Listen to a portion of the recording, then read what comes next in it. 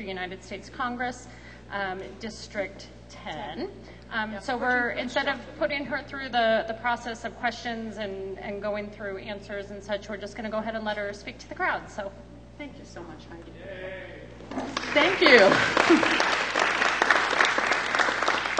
First of all, I'd like to apologize because I'm late. I was supposed to be here at 6, and the traffic is horrendous, passing Joint Base Lewis McChord and then coming through Thurston County and getting here to wonderful, beautiful Shelton. So I'm really happy to be here today. My name is Joyce McDonald, and I am running for to be the Congresswoman from the 10th Congressional District.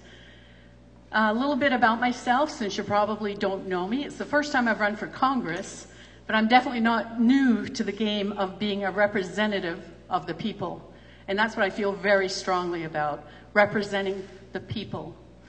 I spent 10 years in the Washington State House of Representatives as a state representative, and I now serve on my 6th year on the Pierce County Council. I served the last 2 years as chair of the council, and when I finished up in the legislature, I was the ranking member of the Capital Budget Committee. So for me, the people's taxpayers' dollars is one of my foremost priorities.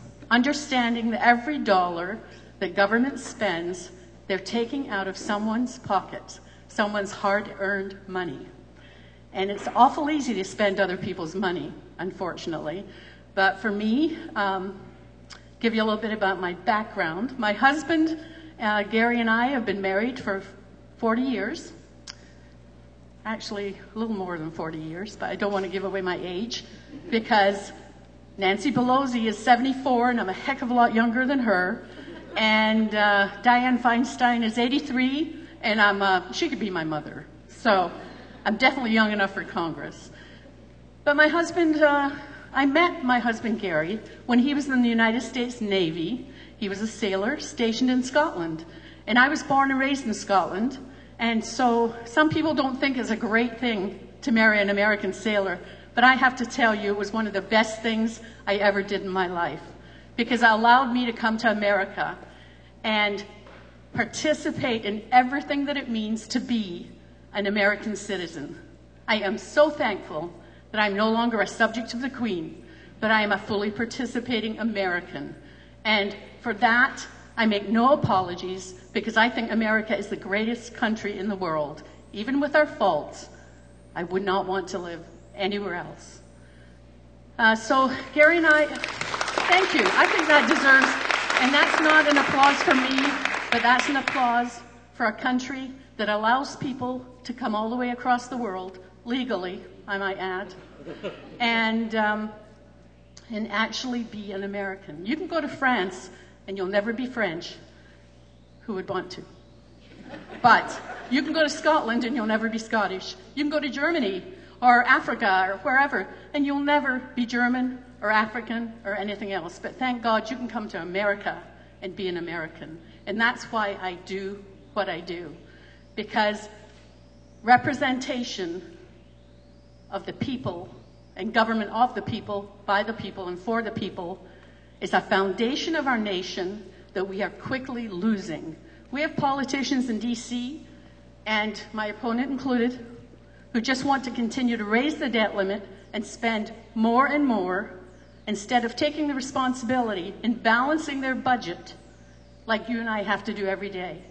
And I personally am tired of seeing the national debt, which is now at $17 trillion plus, $17 trillion. That's $120,000 for every working man, woman, and young person in our nation. So our kids start out with $120,000 in debt right on their backs. And my opponent and his cohorts would like to increase that. Well, I don't. I want to go back and put together a plan that will reduce that debt. I know there is a plan there within 10 years and get back to making government live within its means like you and I have to do every day. I am, as I said, a proud naturalized American. I think that we need to secure our borders as a matter of national security. I'm pro-immigration, but if you're going to come here and enjoy it, you need to do it the right way. It's not appropriate to ignore our laws, disrespect the laws of the United States, and think that we can just give a nod and a wink and allow you to come in and cause other issues. Not only that, it's not fair to the people that are coming in because they can't fully participate in this wonderful place that we call America. They're always underground, they're always struggling, and that's not appropriate.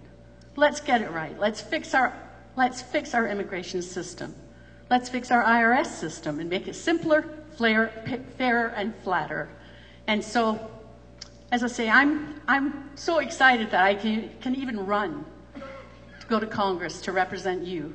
So I would ask for your vote, and I can assure you that if I go to Congress, I'll be in Shelton a heck of a lot more than my opponent. Thank you.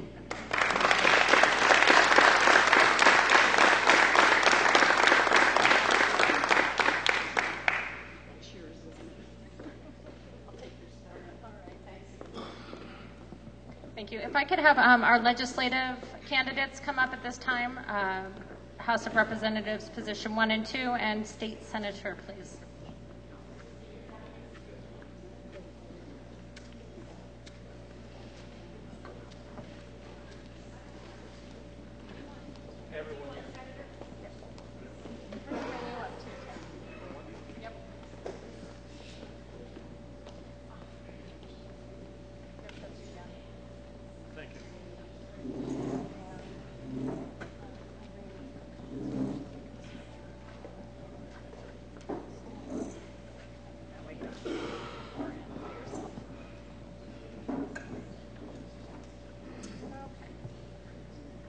So quickly, I'll just go ahead and go through the program for tonight. So each candidate will have 3 minutes to introduce him or herself and their platform. We will have a series of questions for each candidate. Whomever answers the question, well, everybody has 2 minutes to answer the question. Whomever answers the question first does have a 1-minute rebuttal period. At the end of our questions, we also will have a rapid response session where each candidate will indicate if he or she supports or opposes various issues. After that rapid fire, each candidate will be provided 3 minutes for a closing statement. For the audience again, if you have any questions that you'd like to submit, now is last call for any questions for the legislative candidates. There is the box in the back of the room there. So with that, I would like to introduce Tim Sheldon and allow him to introduce himself.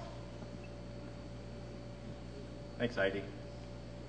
Thanks to the Chamber for putting on our forum tonight. I'm State Senator Tim Sheldon. I've served in the legislature a long time in the House and the Senate. I'm a Democrat. I've been elected 9 times as a Democrat. My forte, my business acumen, I think, comes to the forefront in the legislature. I work very hard to support our small businesses. I don't think anyone has a better voting record for small business in Olympia, and I'm a small businessman myself. I'm sorry that Ms. Bowling, my opponent, is not here tonight. And I wouldn't say anything that I wouldn't say if she was here either. But there is an interesting difference between the two of us. I think I fit the district very well. I was born here in Shelton, worked in government, had a life in a career in public service. But she said a couple things. The other night in Bremerton, the question was, name 2 cuts you would make as a legislator. And her response was, I can't think of anything a legislator needs to cut, close quotes. I think we need to bolster revenue. That's a big difference between us. I think we need to control state spending. I think we are on a trajectory here in Mason County and the rest of the district that really puts us in jeopardy of hanging on to our homes, to paying our taxes, and to living the life that we've had. The important thing to me as well is our economy. How do we improve jobs? How do we improve our economy, keep more people working here in Mason County? As part of the coalition majority in the state Senate, I've worked across the aisle with all the members. I serve as the Senate Pro Tem of the Senate, President Pro Tem. So I preside when the Lieutenant Governor is not there. In that job, you have to recognize everyone equally. Everyone gets to speak. I think I do a good job of that. And I carry through that whole idea of bipartisanship when we just passed a budget 2 years ago, 44-4. Everybody sat at the table. And the last budget, last year, was 48-1. And those budgets did not raise taxes. They put over $1 billion more into education to satisfy, begin to satisfy the Cleary decision, and did not raise tuition at our community colleges and four-year institutions for the first time in 26 years. So there was a lot to agree on in Olympia, and I think by working across the aisle with all the members, I think I had a big part in making that those compromises. Now, people say, my opponents say that they weren't compromises. Well, if they didn't like it, why did they vote for it? It's because the legislators from both parties sat at the table and worked on these issues together. So I thank you very much. I need your vote to continue, and thanks for coming to the forum tonight. I'm Senator Tim Sheldon. Thank you, Tim. As Tim mentioned, Irene Bowling was unable to attend, so we'll move on to Kathy Haig. Thank you very much. Sorry to kind of be discombobulated. I'm Kathy Haig. I've been state representative since 1998 was when I was first elected. I'm a veterinarian who's been in practice in Shelton for over 35 years with my husband, and my son has now graduated from WSU Vet School and came back and is working in the clinic with us. And it's made my ability to do this job on a more full-time basis as a legislator to work out a great deal better. So I am honored to serve this community. I feel like I've been here a long time. I understand rural issues and fight very, very hard for funding for many of the things that we need in our rural areas. My opponent did send out a mail piece today, and I had several people call me about it, so I just want to mention it says a few things that I pretty strongly disagree with, or at least how they're represented. Maybe they're not a lie. I apologize if I called anybody a liar. But at the same time as I'm told that I block school funding and failed to adequately funding schools, I also got a letter today from the House, or from the Washington State School Directors Association, for the work that I've done over the last 16 years that has impacted schools. And it says, Representative Haig's passion for equity in education and her commitment to all of Washington's students is illustrated by much of the work she's done over her career. In nominating Haig, Kirby he works in the Chehalis School District, I think Chehalis, is a strong believer in equity in education, as well as a longtime supporter of ample funding for all schools. He noted that she fought for state funding for all-day kindergarten, and on the timber money, Kirby wrote, Representative Haig went to bat for a group of poorer schools that otherwise would not have had the clout to win this bill. She truly is a hero in education. You know, it's not always the big things that count. It is very often the very small things that make a difference. And I have worked very hard to make sure that those small things that make a big difference in our smaller communities, our rural communities, are heard in the legislature. And I will continue to do so if you vote for me again. I thank you so much for being here tonight, and I appreciate your support.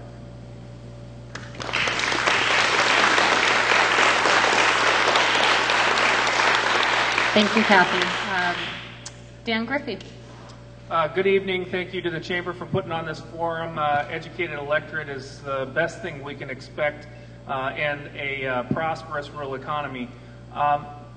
Again, my name is Dan Griffey. I'm running for the state legislature because as a lifetime long resident of 43 years, the stark contrast between what I remember this community being when I was a kid and what it is now is tragic.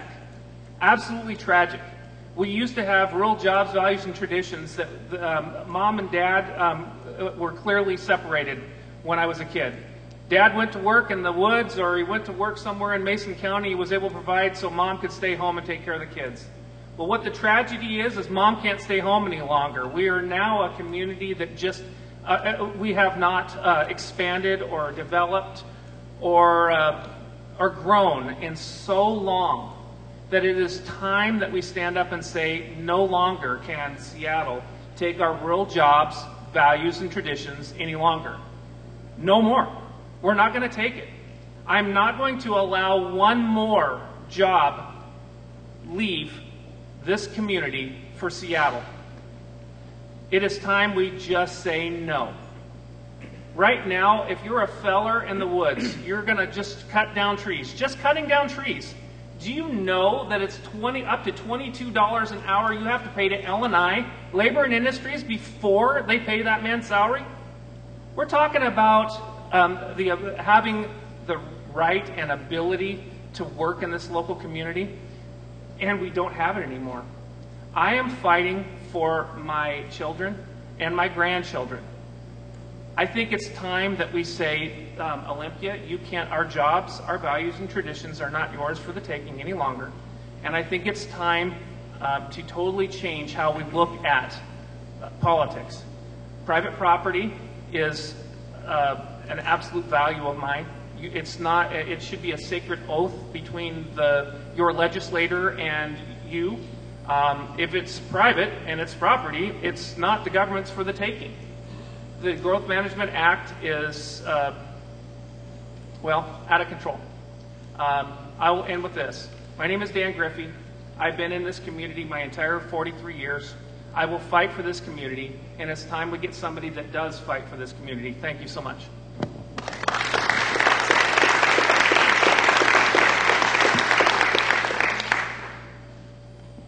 Thank you, Dan. Drew McEwen. Thank you, Heidi. Thank you, Heidi. Thank you to the Chamber, and appreciate the opportunity to be here again tonight. We've got issues before us, don't we? Certainly. But I do believe that we can solve them. And I look at the past 2 years that I've been in Olympia and the work that I've done there, and I want to continue to do that work. Things like K-12 education, fighting to fund that first. Co-sponsoring bipartisan legislation to build new classrooms to lower class size that passed the House overwhelmingly. The B&O tax reform bill that I did that'll help our job market, our economy, I'm going to continue to work on that. That had bipartisan support. We're going to continue to push that forward to make the changes we need to make to have a strong, vibrant economy. Whether you're Republican, Democrat, Independent, you deserve to have that opportunity economically to succeed in whatever field you choose. Then we need to look at state reforms like the Department of Transportation. You know, and I'm not talking about the rank and file workers that are building our streets and our bridges. This is not where the beef lies. It's with our higher up management. It's time to start holding some accountability there. And I look at the Skagit River Bridge collapse that happened last year. That went down in May. When did the new one come online? December. But why then do we have a track record with the DOT of 10 years from conception to completion for other DOT projects? We just proved that we can do it in 6 months. That should be the standard in this state. It saves money. We don't harm the environment. We still did the studies. We just didn't have all the redundancy. We cut through the red tape and we got the job done because our state's economy depended on it. That is the model that we need in this state that I'll continue to fight for. It's been a privilege to serve you.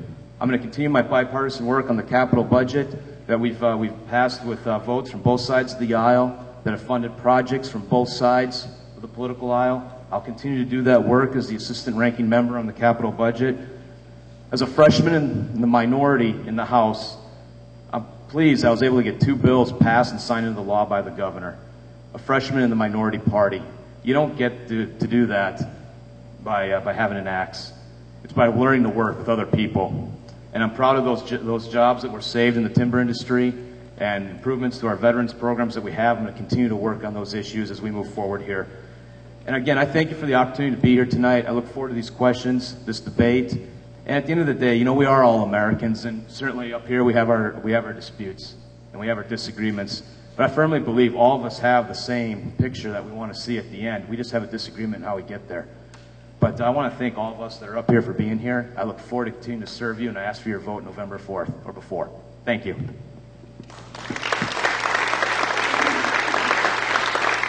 Thank you, Drew. Tammy Newton. Hello, everyone, and thank you so much for being here tonight. My name is Tammy Newton, and I am running as a first-time candidate for position 2 here in the State House. I have over 18 years of executive management experience. I have a diverse background, started in high tech and very much enjoyed that, and even had my own business for 7 years quite successfully, but found my real passion in nonprofit. Currently, I'm the executive director and COO of Habitat for Humanity of Mason County. I chair the Housing Coalition here in Mason County, and I'm also on the board and currently the treasurer at Sound Learning, an organization that does great work with adult basic education as well as ESOL here in Mason and in Thurston counties. Every day, I see the impacts of the logjam created in Olympia. Every day, I'm working with our seniors and our disabled as they try to hang on to their homes, knowing that if they lose their home, they're not going to be able to replace it, because affordable housing, especially here in Mason County, is a challenge. Working with seniors who are wanting to age in place, working with folks through education who are wanting to lift themselves up by the bootstraps, who are wanting to make a difference for their personal lives and in their personal economy, fighting generational poverty. Every day, I'm working with the folks who are working so hard to replace the net worth that they've lost during this great recession. So I guess what I'm saying is I see it firsthand, boots on the ground, through my volunteer work here in our communities and through my job. I'm asking for your vote because I like to build community. I have a business background. I have a master's in business from the University of Washington, and I choose to take my professional experience and I choose to take my education and knowledge and apply that in the nonprofit sector because I believe there's an opportunity to rise, to lift all boats. I believe in a strong economy, and I'm going to work hard for a strong economy because you know what? This state is amazing. We may not like our sales tax, but you guys, the reality of it is, those of us in government or those who hope to be in government, when our communities prosper, we have the money to do the things that we need and commit ourselves to do. So we've got to kickstart this economic engine. I'm very much looking forward to the debate tonight. And I want to thank you again, all of you, for coming out. I ask for your vote before November 4. Don't wait until you realize you don't have a stamp, because not many of us do anymore. Please drop that off and get your ballot in the mail. Thank you.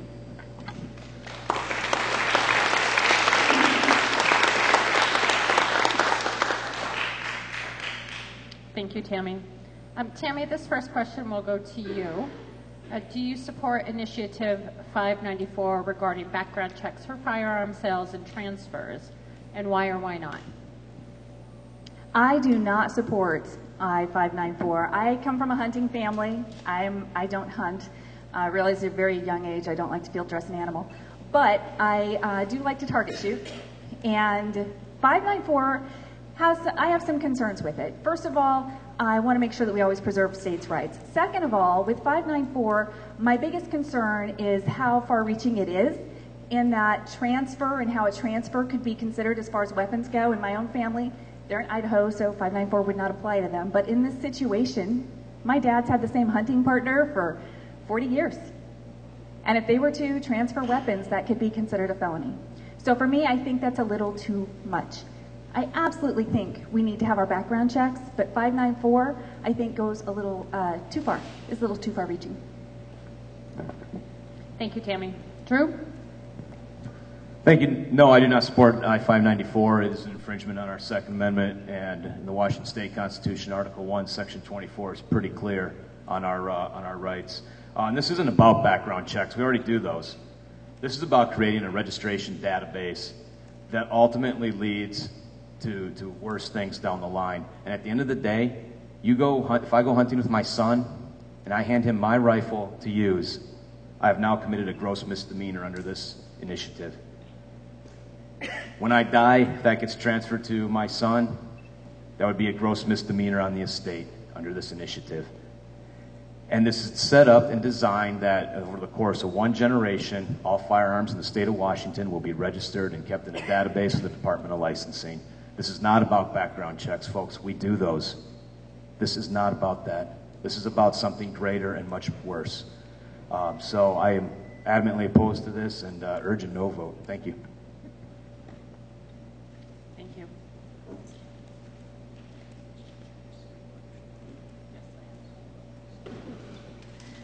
Tammy, would you like to rebut that? No? Okay. That's all right. Drew, this first question will go to you. Governor Jay Inslee and others in the legislature would like to raise the state's minimum wage over 3 years to $12 an hour or more. Would you support such a bill? No, I do not. We have the highest minimum wage in the country right now. And you look at statistics like from the Restaurant Association, we have fewer workers per restaurant than the rest of the nation. That's one thing. Another item is right now, 2/3 of the people that are at a minimum wage job do so by choice. It's a second income. And further, 70% of what is federally defined as the working poor, 70% of that are below the poverty line do not work. So this is not going to help those individuals.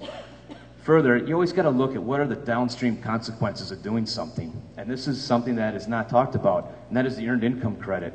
We will put a block of people into a situation that are no longer eligible for that. So on one hand, it may appear that they're getting more money, but then they go and file those taxes, they're going to lose that earned income credit. And that's something that's not talked about, those downstream effects. And you can look to the city of SeaTac that passed this, and what has happened there is you have higher skilled workers coming into SeaTac to apply for those jobs at $15 an hour and forcing out the unskilled workers, the very people it was designed to help.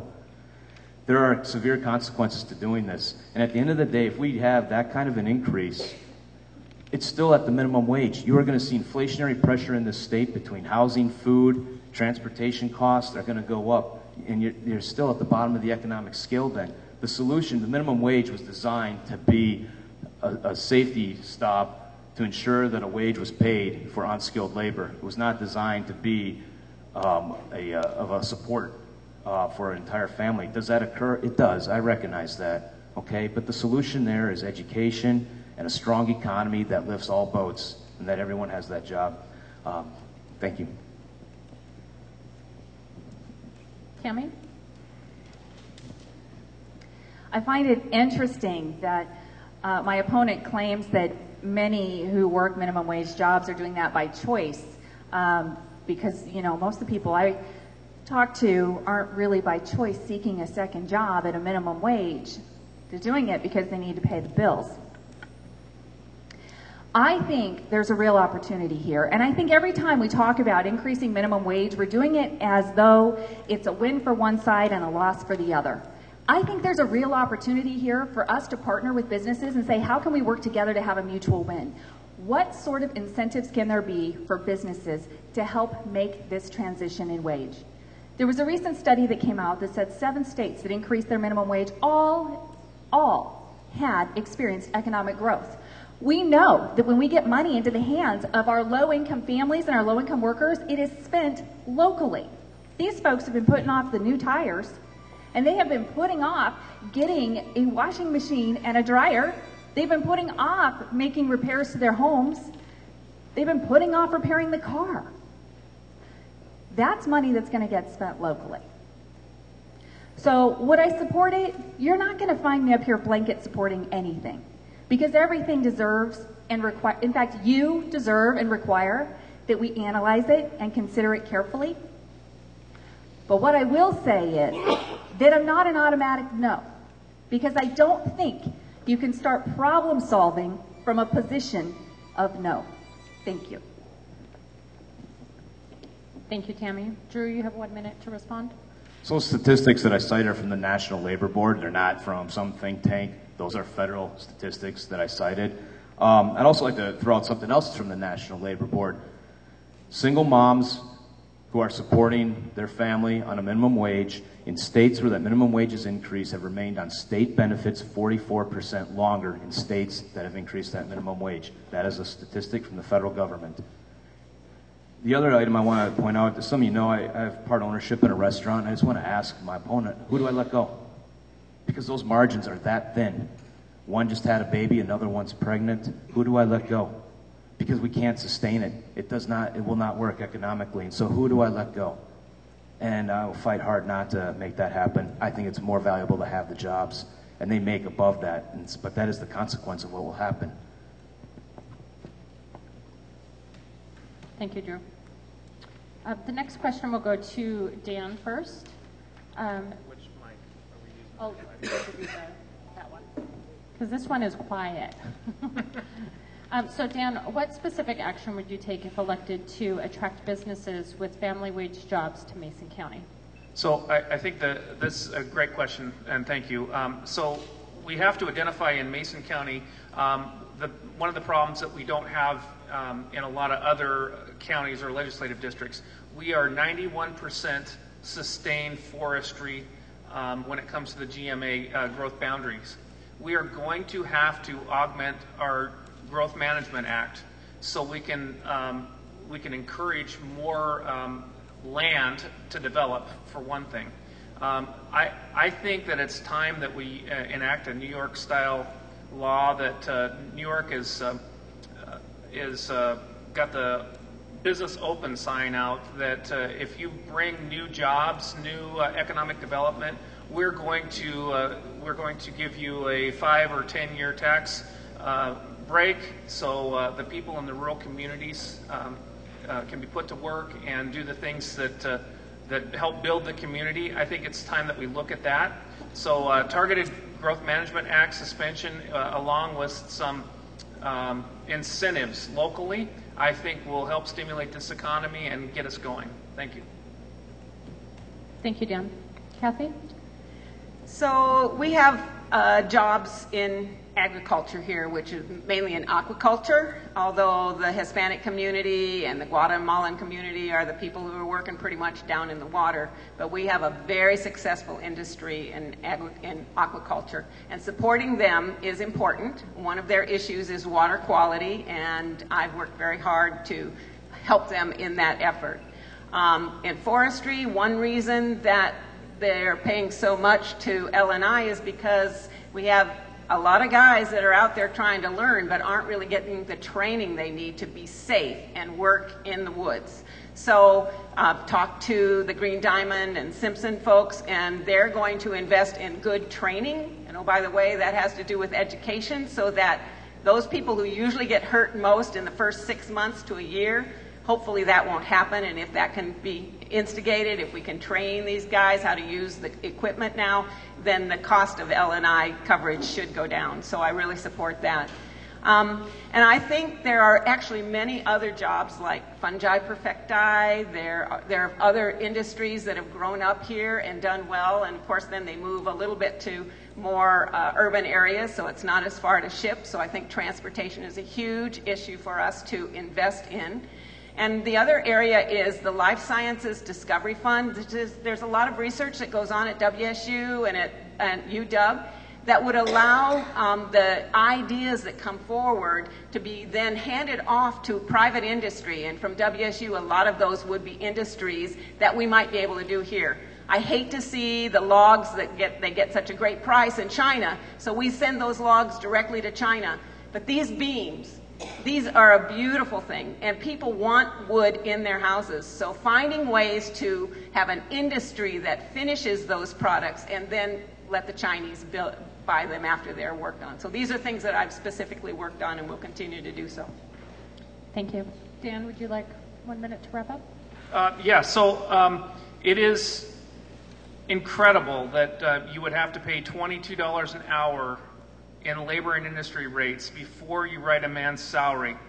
This community was built on timber, and I'm glad that Representative Haig pointed out what we got here. We're about to lose all of it.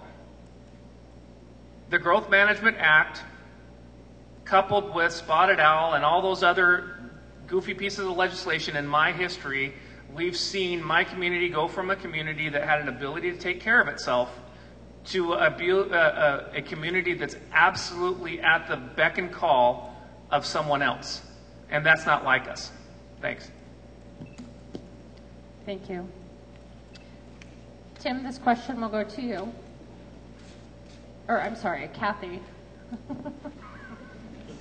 I'm getting sidetracked. Just wanted to see you guys pass it back and forth. Kathy, the teachers union is presenting a ballot measure that would limit class size if it passes. Or, excuse me, if it passes, the legislature will have to balance funding that need in addition to funding the McCleary decision. What is your solution? Well, it's going to take a lot of work because funding that particular initiative is, it's not only just hiring more teachers, and a lot of people say we don't have the teachers out there to put in the classrooms, that we've got to do a lot more education and training to get them ready. It takes a long time to get full teaching certificates. But we also don't have the classrooms. This is a beautiful building, but it takes a 60% majority rule for schools to pass the legislation so they can build those buildings. And it didn't happen in Pioneer, and I visited Pioneer, and there is a serious problem there. They're going to lose their school district, or at least the upper grades, if we don't pass some sort of a bill so that they can actually build the buildings. So there's two problems with the initiative. One is hiring more teachers. The other one is actually having the space to educate the kids. I'm not really in support of the initiatives that don't have the funding behind them. I think there were some great initiatives out there. 728 and 732 were going to drive great funding to our schools, but there was no money put to it. So it's you got to connect the dots. We're going to work pretty hard at it. It also has the date of 2018. It's following many of the things we've already put in legislation. But to come up with the dollars and to be fair and honest about that so that it isn't just the big city schools that succeed and our little schools are still left out here because we can't pass the bonds to raise the property taxes to build the schools. So I have great concerns. Thank you. Dan? So the total impact of this initiative is unclear. However, $4 billion is what we're talking about the first year. So it could cost us, the taxpayers of the state of Washington, up to $4 billion. I echo what Kathy is saying. Do we even have class rooms big enough to put these two teachers, the amount of teachers in the classroom that we're talking about? And I also echo what Kathy's saying. Pioneer School District's doing a lot, but I think they're very well managed, and I think they're going to manage their way out of this, and they're going to sell their school improvements to the citizens. So I do not support this initiative. I urge everyone to not vote for it. The average class size in the state of Washington is not as large as the opponents are saying, as the proponents of that initiative are saying. So we got to be careful when we listen to whether we should vote for these or not. Thank you. Thank you. Kathy, one more minute if you'd like. No, I think we agree. All right. Tim, this question does go to you, in fact. Do you foresee any changes at the state level to regulate medical marijuana as compared to recreational use? How does medical marijuana play into the future of the now legal substance in Washington state? Well, this is a subject I've dealt quite a bit with as a county official as well. And if you don't know, I'm not going to run for the county job anymore. I've enjoyed my stay, but 3 terms will be plenty. And one of the issues really has been this controversy over medical marijuana. The people of this county have voted along with the rest of Washington to legalize recreational marijuana. And medical marijuana was legalized several years ago. So you have a conflict between the sellers of one product and then the new sellers that are coming in. It's astounding to me that on the recreational side, we have 70 permits pending for growers and processors here in Mason County.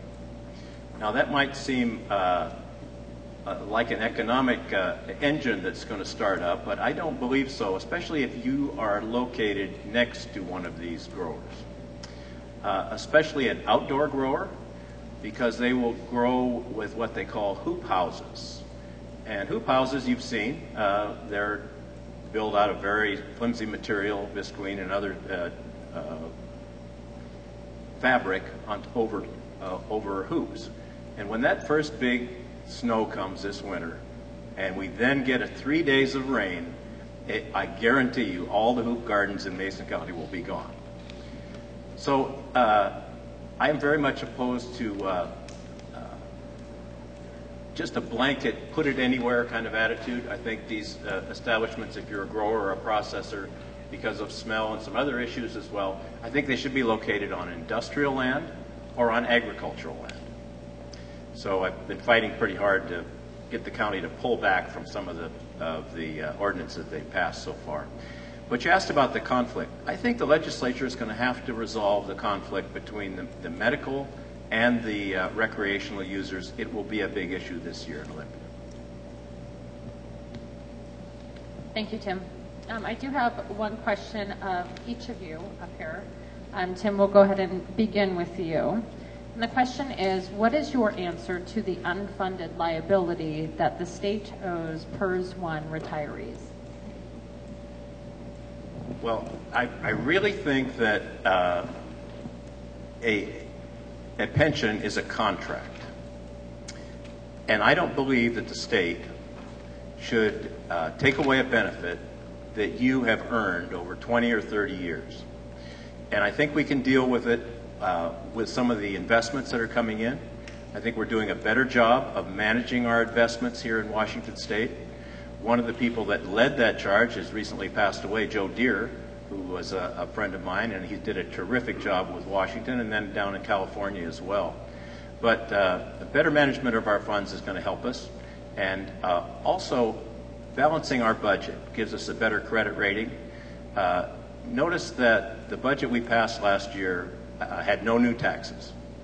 And immediately the GET program, the guaranteed tuition program that you can buy for your kids and grandchildren, is in a much stabler place right now because of that balanced budget. So if we manage our money well, we're not going to have unfunded liabilities in any pension system, I believe. Kathy? Full funding of our pension system is critical, and we have had tough times. We've made big cuts, and also some court decisions have come down against gain sharing and a couple of other things. But I totally believe in our responsibility to fulfill the contract. I hope our budget, as it increases, will include the funding that goes for the retirees. We have a lot of PERS and TERS 1 folks, a lot of older teachers who made very, very little money and now are stuck with living on very, very little money. And we can make some pretty major adjustments to that. We did make a minimum, I think, of $15,000 a few years ago, and it probably needs to go up to $20,000.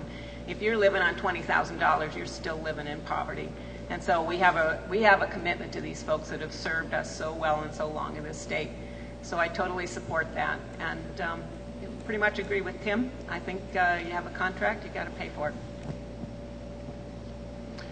So I hate to be the ditto person, but yes, the pensions are a contract with the employees, and we must fund that contract. But we haven't been doing it. That's the problem. We've been writing an IOU. The PUC funding method, it's terrible. It was they're just not funding the pensions.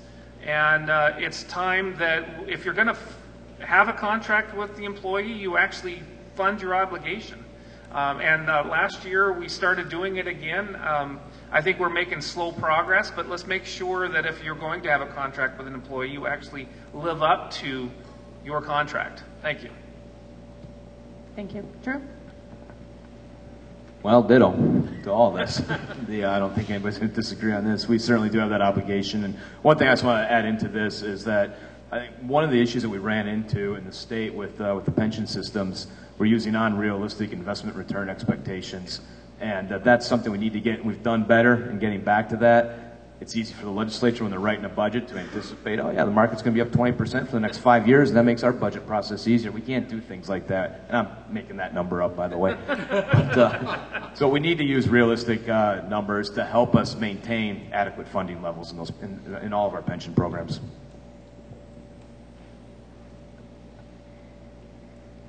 It's critical that we fund. I can't imagine being a public employee and having your pay increase used as a political football time and time and time again.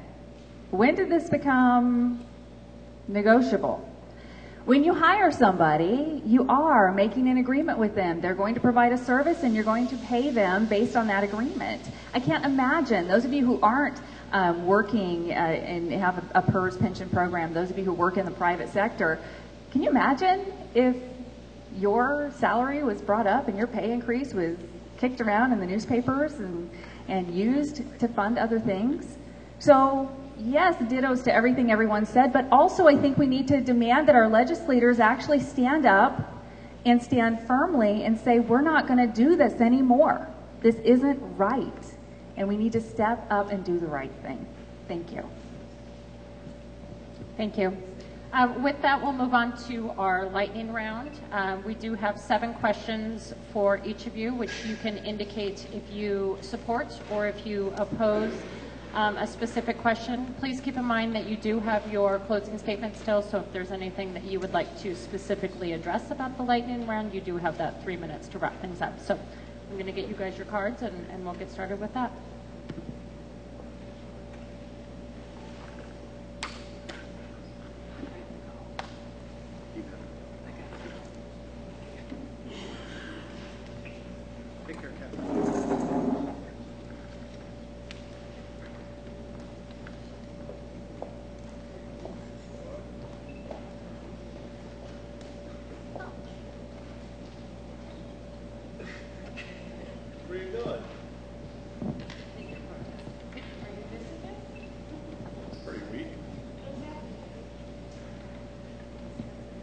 Okay, guys, handle it.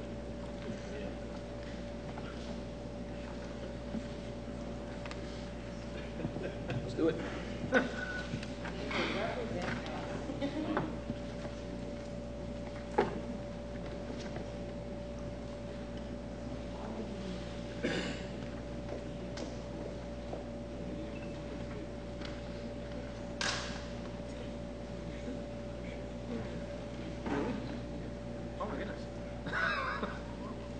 What's with you guys? All the women are leading. I don't know. Did you bake this week?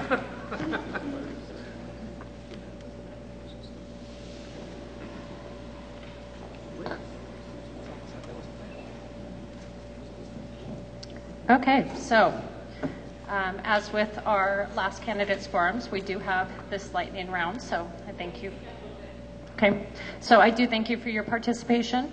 The first question is, would you support or oppose a gasoline tax to fund transportation? Thank you. What does it say? The red means that they would oppose.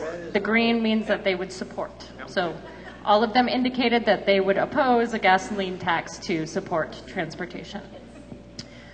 Second question is, would you support reform of the current workers' compensation insurance program to provide for private competition?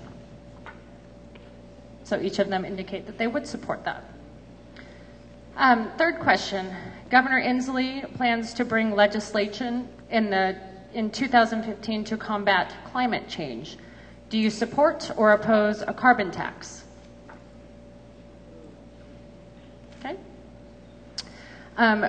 Along those lines, do you support a cap and trade system to combat climate change? Thank you. Fifth question, do you support Initiative 594 regarding background checks for firearm sales and transfers? Thank you. Sixth question, do you support a 2/3 vote requirement in order for the legislature to raise taxes? And the last question is, do you support a $12 an hour minimum wage? All right, thank you. So with that, Drew will go ahead and begin your closing statement. Thank you, Heidi, and again, thank you to the Chamber and Mason Web TV. And am I missing anyone else that was sponsoring? That was our sponsors? Yes. Okay, so thank you, and thank you for being here tonight. To participate in this system is a wonderful thing, and it's also about leadership. And when the going gets tough, you stay in there and you do it. And I've been on the floor taking a vote, And we're coming up to that moment, and you don't have a lot of time. And you have to lead, you have to make that decision. And so you stay in the fire and you make the decision. You know, if you have everybody agreeing with you, it was probably not a very controversial thing. And when we have tough decisions come through, and I get criticism from both sides of the aisle, my gut feeling is I probably made the right choice then. And that is a system we need to continue to move forward through. You know, we're not going to always have a consensus. We're not always going to agree, but it's about having leadership and standing in there when the going gets tough and taking the tough votes. I'm going to continue to fight for quality jobs, strong economy by reforming our tax system. I'm going to oppose an income tax that you have resoundingly said no to. And we're going to work for smart state government reforms, including the Department of Transportation, to get the projects done in the state that need to be done. We spend 60% of our DOT money on projects, on paper, before we move dirt. And is it a wonder, then, that we have a ferry that lists 6 degrees to the port, that we have a ferry that has a ramp that your car bottoms out on when you go up, that we build an on-ramp in the wrong spot, that we have a floating bridge that sank? That's the track record there. And we need accountability, and we need to change it. We need the Skagit River Bridge to be the example. And that needs to be the example across state government. I'm a small business owner in this community. I'm going to continue to do that, to take that experience to Olympia and continue to work on your behalf. And as I've always said, it's always an open door. And I've said that to labor, to business, to police, to fire, and I'll always meet with them, and I always do. And I have those endorsements of the NFIB, Federation of Independent Businesses, but I also have the State Employees Union endorsement. I have the Association of Washington Businesses, but also the State Troopers Union and the Washington Sheriffs and Police. Those are those leadership qualities, and having that bipartisan track record. You can't just talk the talk, you have to walk the walk, and I've done that, and I stand on my record. We won't always agree, but we'll always have the conversation, we'll always have that discussion, and I'll continue to fight for this community, fully fund education, and together we are going to make the changes that need to happen. We're going to move this district forward, this state forward. We're going to wake up to a new morning in this country, Republicans and Democrats and independents. And I firmly believe that this is the beauty of our country, and I thank God every day when I wake up in this country. So I thank you for this opportunity. I'm asking for your vote and look forward to working for you again. Thank you.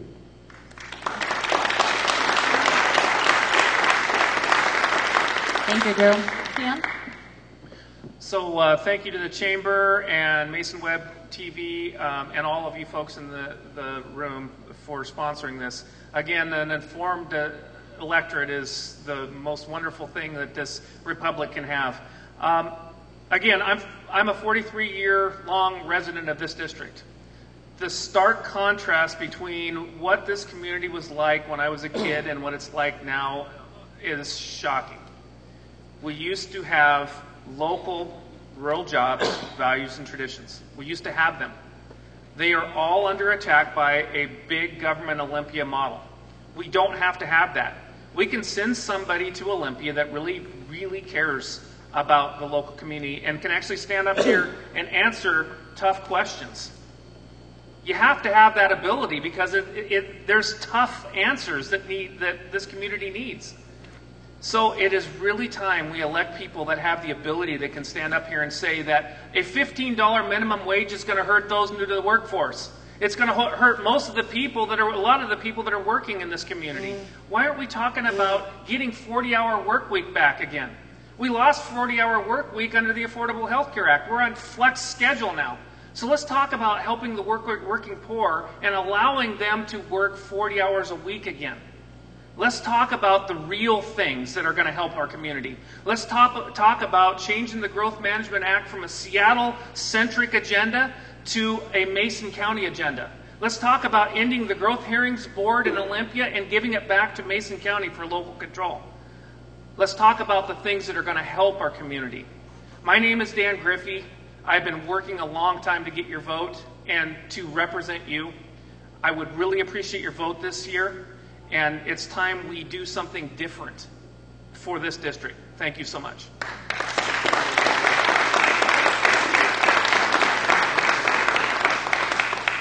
Thank you, Dan. Tim?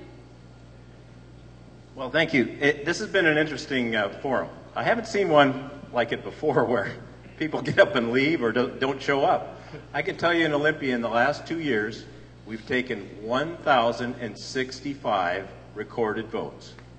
I was present and voted 1,065 times. That's what it takes to be a legislator. Thank you.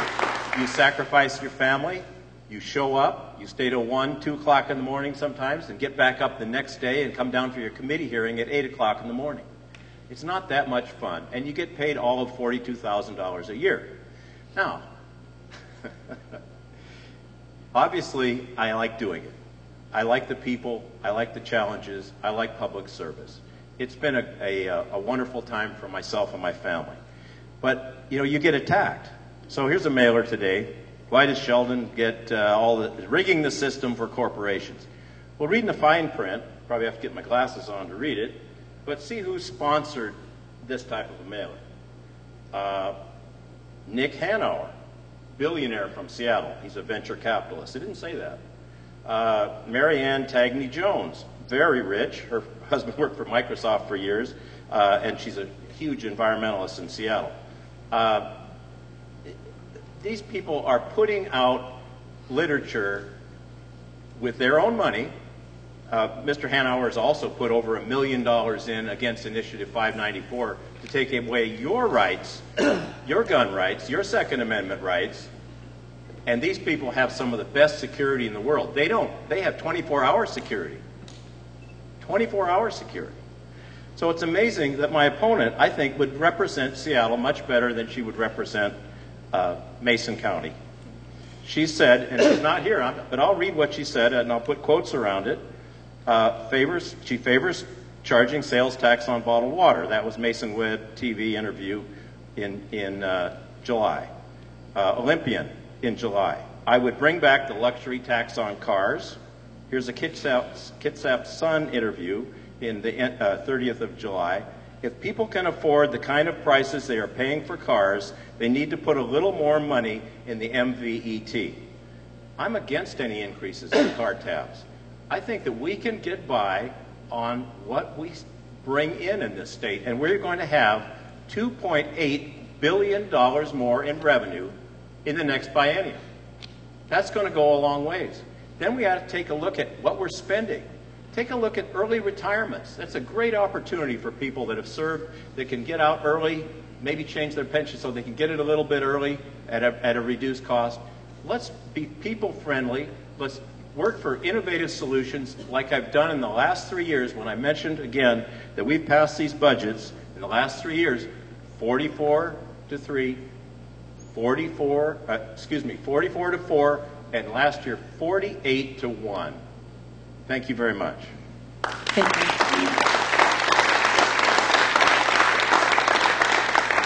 So with that, we will take a short 5-minute break.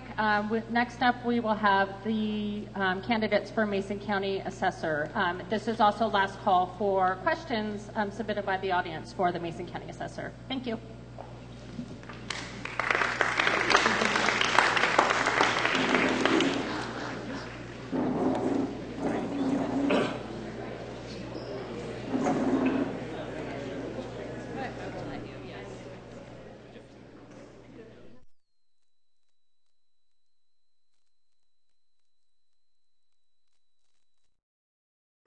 Seconds count. In just 30 seconds, a small fire inside your home can double in size, or an oxygen-starving seizure can kill 1 million brain cells. Seconds count. So when you call 911, take a deep breath and answer every question, starting with the very first one. 911, what is the location of your emergency?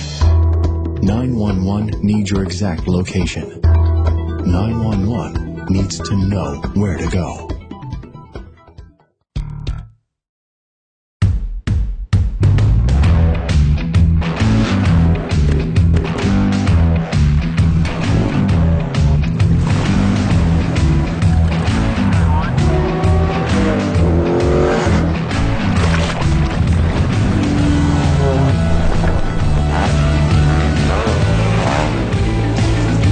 Remember adventure? We do. The adventure begins at explorehoodcanal.com.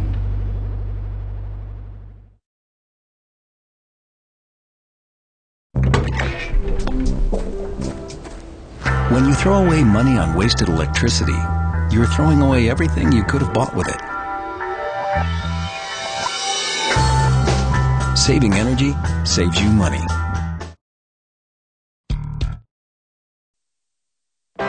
"7,000 students drop out every school day. That's a line of desks more than 4 miles long. Keep students in school. Visit boostup.org and take the first step."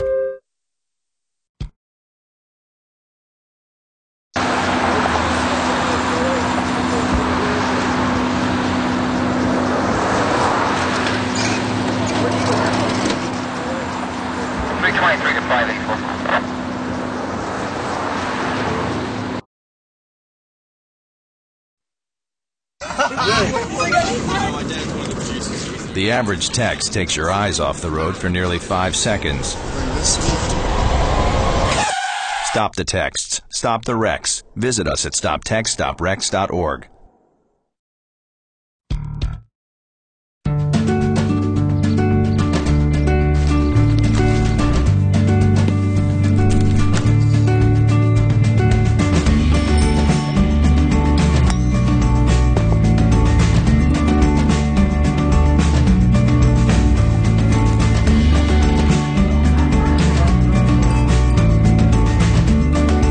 Remember adventure?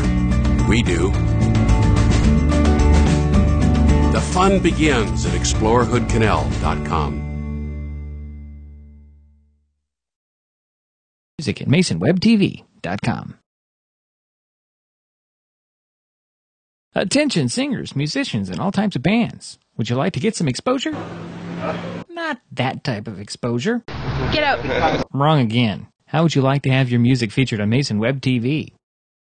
We play music before our webcasts and also at halftime of our sporting events. All you have to do is send an MP3 of your original music to music@MasonWebTV.com and we'll add it to our programming. The Bieber did it via the internet. Why can't you? That's music at MasonWebTV.com. That's slow. That's slow. The average text takes your eyes off the road for nearly 5 seconds. Stop the texts. Stop the wrecks. Visit us at stoptextstoprex.org.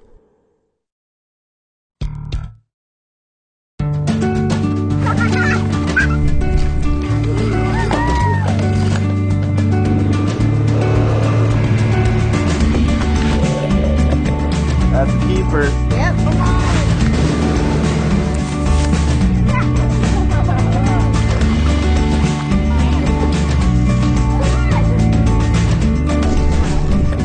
Remember adventure? We do. Your family fun begins at explorehoodcanal.com.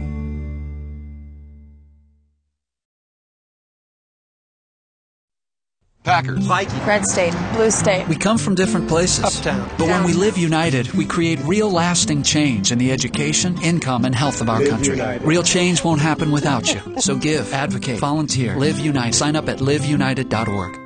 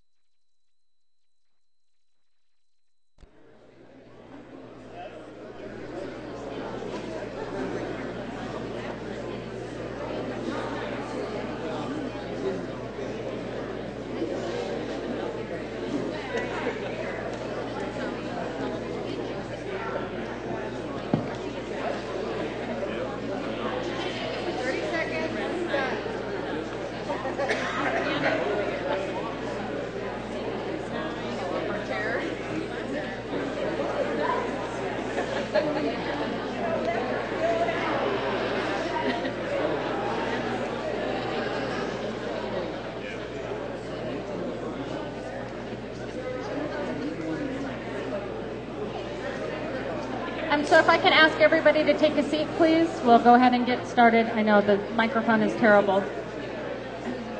If everybody will take a seat, then we'll go ahead and get started with the next round.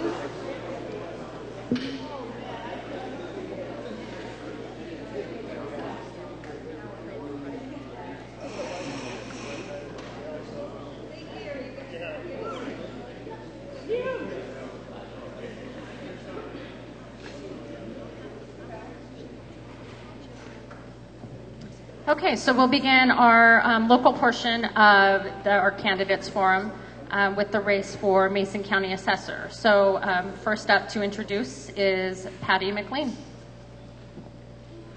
Good evening, and thank you to the Chamber of Commerce for this invitation to speak with you tonight. My name is Patty McLean, and I would like to be your next county assessor. I am a lifelong Washington resident, with Mason County being my home since 1973. I attended Merriam Knight School in Matlock and graduated there in 1988. My husband Jim and I have raised our 4 children here, and now we have the pleasure of watching our grandchildren be raised in this beautiful county. Not once growing up did I ever picture my career as working at an assessor's office, let alone running for the position. Life just took me down this path. In 1991, I was hired as a part-time employee at the county assessor's office by Daryl Cleveland. Through hard work and determination, as well as a willingness to listen and learn from others, I've advanced in 1993 to my current position of the Administrative Data Technician. I am running for assessor because these qualities, among others, have led various individuals to encourage me to be a write-in candidate for the position of the Mason County Assessor. I ended up receiving over the 1% needed to get on the November general ballot. Now it is a pleasure to sit in front of you this evening. I have heard this has not happened in at least 22 years. Currently, I'm the only employee in the office that completely learned our new operating system. My position has allowed me to gain a general understanding of all the job duties within the office. One of my main job responsibilities is to teach my coworkers how our new software interfaces and operates within their job descriptions. This training allows all work to be correctly completed to ensure accuracy, not only in the calculation of values, but also the calculation of your property taxes.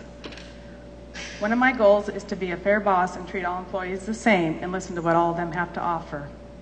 This only creates happy employees and better harmony within the office. My time in this position has given me the experience and knowledge to run the office efficiently. I will put in place a policy and procedures manual that will ensure that work is done consistently and accurately. It is my belief that my employment in the assessor's office has given me the skills required to lead an already talented group of employees. As the assessor's office faces new and old challenges regarding advanced software and ever-changing public office environment, it will need strong leadership and an assertive voice that represents the people of the county, and I believe I am this person. I will strongly encourage communication to ensure quality service to the taxpayers of Mason County, while following state laws and mandates. Thank you again. Thank you, Patty. Next up, Melody Peterson.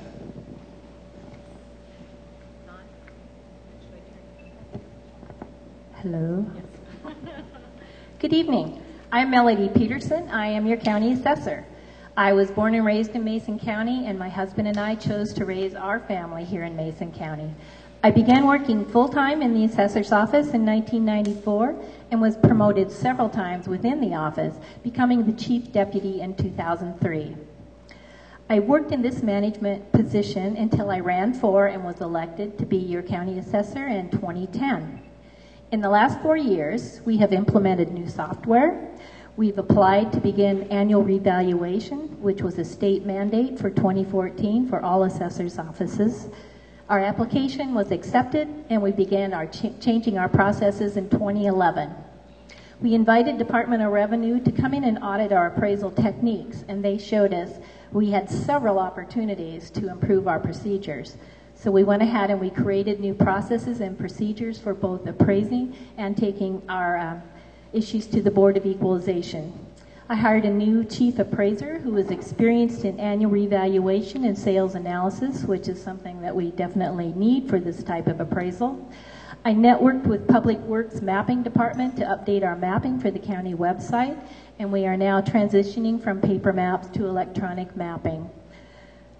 We are working to bring our assessment schedule in line with the state calendar, which ensures that every department within our office has time to complete their work processes. And we have experienced challenges from both a decreasing budget and fewer people to do the work, but we have found ways to work smarter, and we continue to improve both our consistency of values and are always looking for ways to improve our service to the taxpayers while staying within our budget line. Thank you. Thank you, Melody.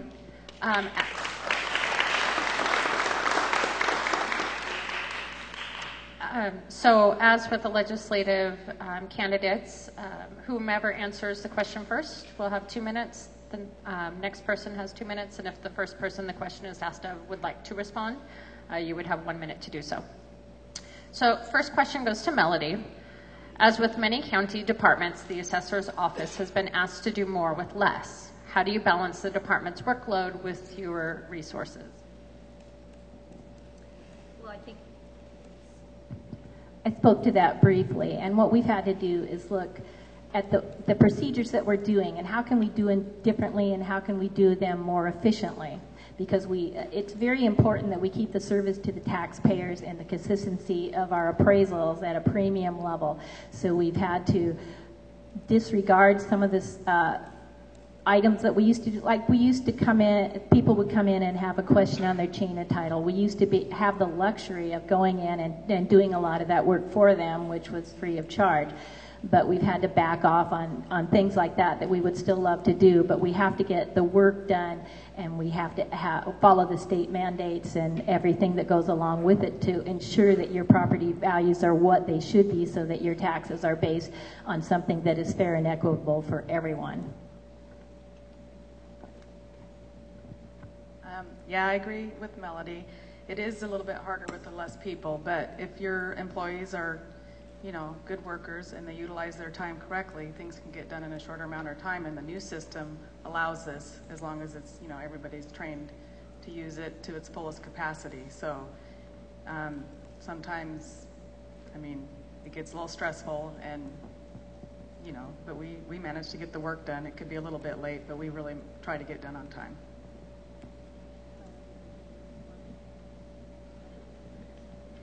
Okay, so Patty, this question is for you to respond to first.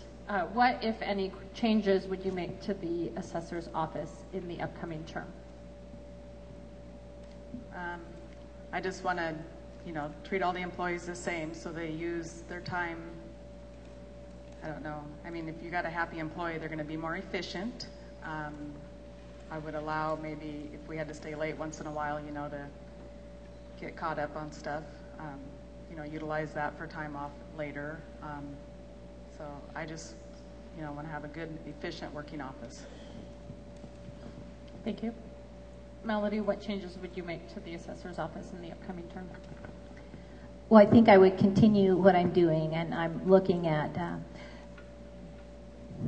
basically trying to make better what we have, and I will certainly move forward to try to get more funding for our office so that we can have more employees to offer more services to the public, because that's near and dear to my heart that we need to do. I have been asked to do a job for the taxpayers, and that is what I need to do, and I need to provide them with the services that they need. So I will be continually looking for opportunities to bring enough employees to our office so that we can do a better job than what we're doing now even. Okay, so this question is to Melody first. What more could the assessor's office do to ensure that all assessments are applied fairly? Well, that is our goal.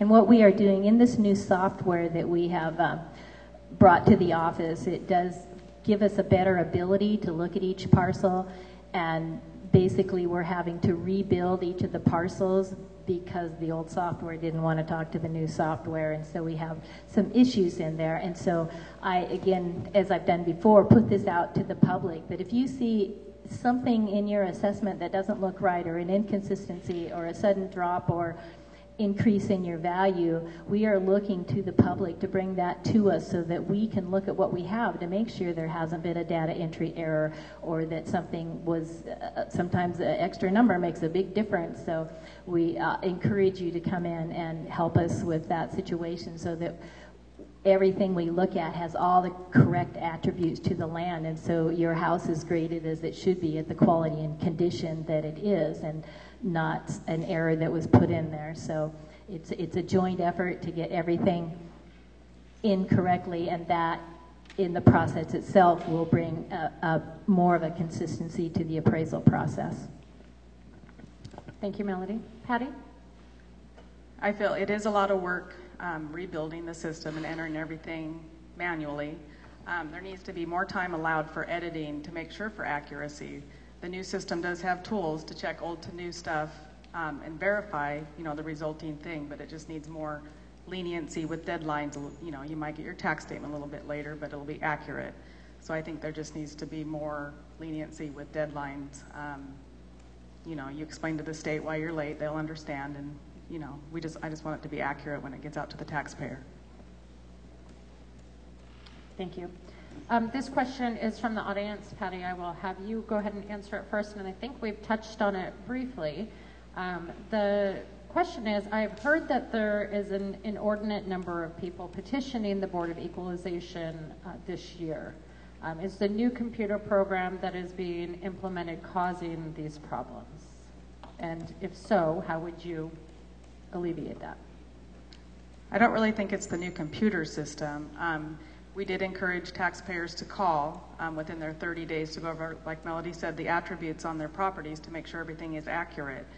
It is a new land model based on sales, and if something was hand entered and missed and overlooked, it will go to a regular market value if there was something pertaining to it that we missed entering.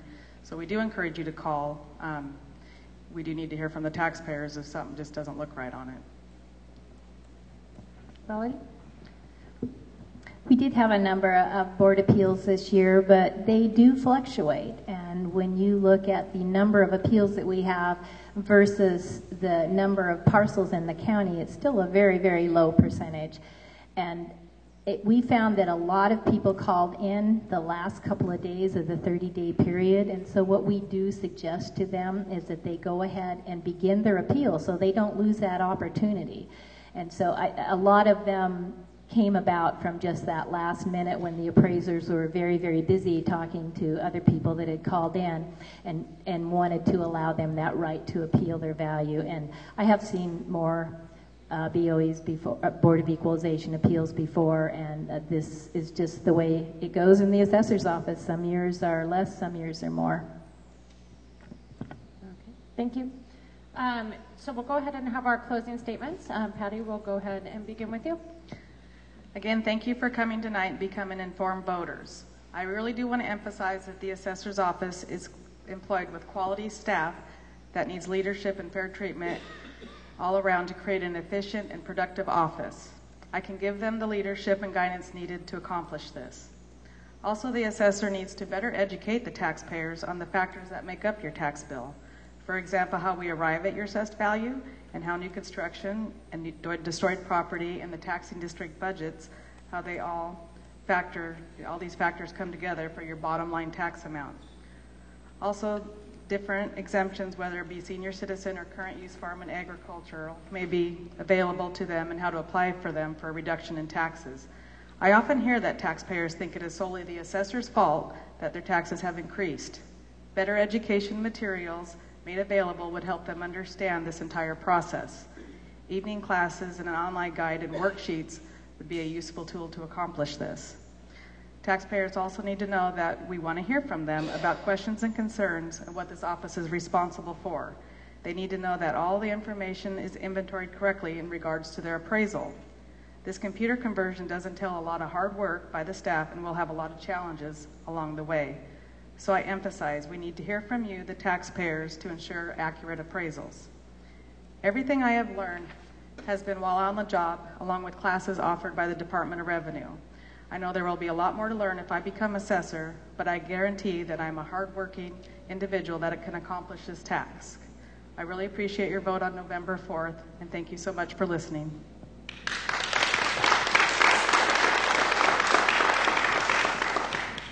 Thank you, Patty. Melody? And I do thank each and every one of you for coming here. And if you know me, you know that I know that your vote counts, and it's very important to anyone who's running for office. And from the beginning of my term, we have made state-mandated changes to our appraisal processes. We've improved processes and procedures to ensure consistent value changes. We've reinstated our GIS, our electronic mapping, so that everything that you see on the website is more accurate. There's still some inconsistencies there, but we are networking with Public Work to get that straightened out. And we continue to look for ways to get the job done and still provide good service to the taxpayer. And I'm asking for your vote because I believe I have the work ethic and the willingness to look outside the box for solutions to difficult problems, which we are seeing daily in our office. I have the desire to provide excellent service to the taxpayers and the experience to lead the assessor's office. Thank you.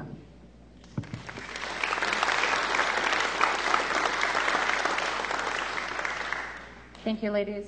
Next up, we'll have the candidates for Mason County Commissioner.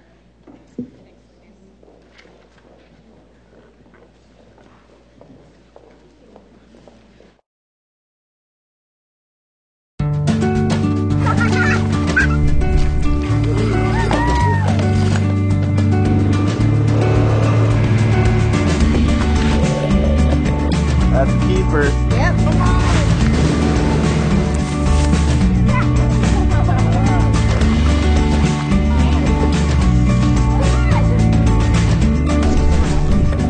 Remember adventure? We do.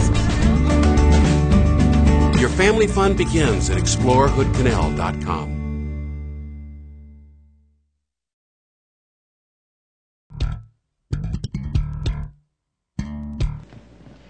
So I would like to introduce Terry Jeffries. We did call and invite Dean Byrd, and as far as I understand, he did not respond to our invitation. So with that, Terry, go ahead and introduce. Thank you very much, Chamber. Hello.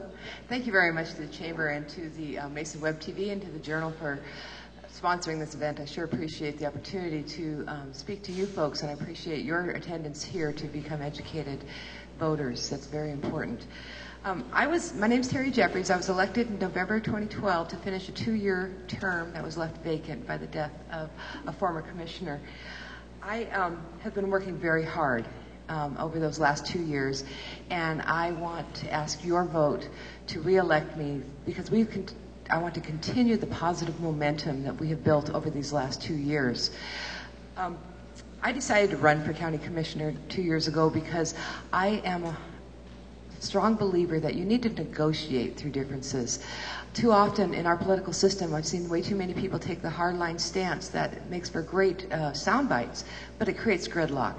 And some of the relationships between the other county officials I've noticed in the county and the commission were definitely poor enough that people had not been trying to work through those differences, and that's what I wanted, to break some of that gridlock and develop some strong relationships. One of the first things we did taking office was to strengthen our public safety. Public safety is one of the most important issues in Mason County and for your citizens.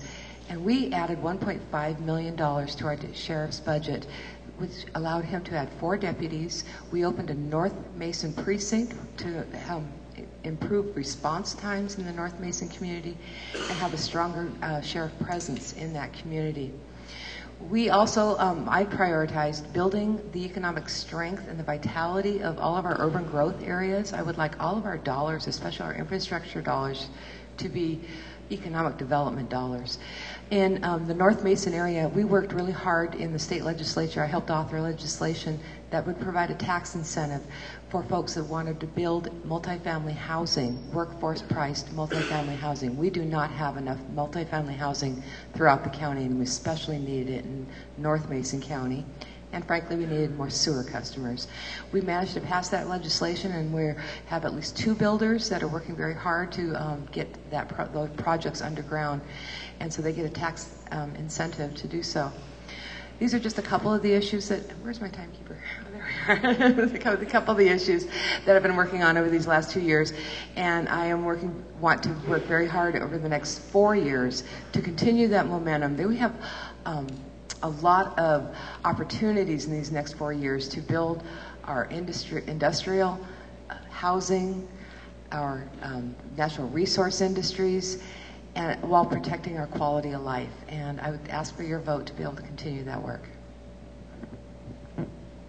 Thank you, Terry.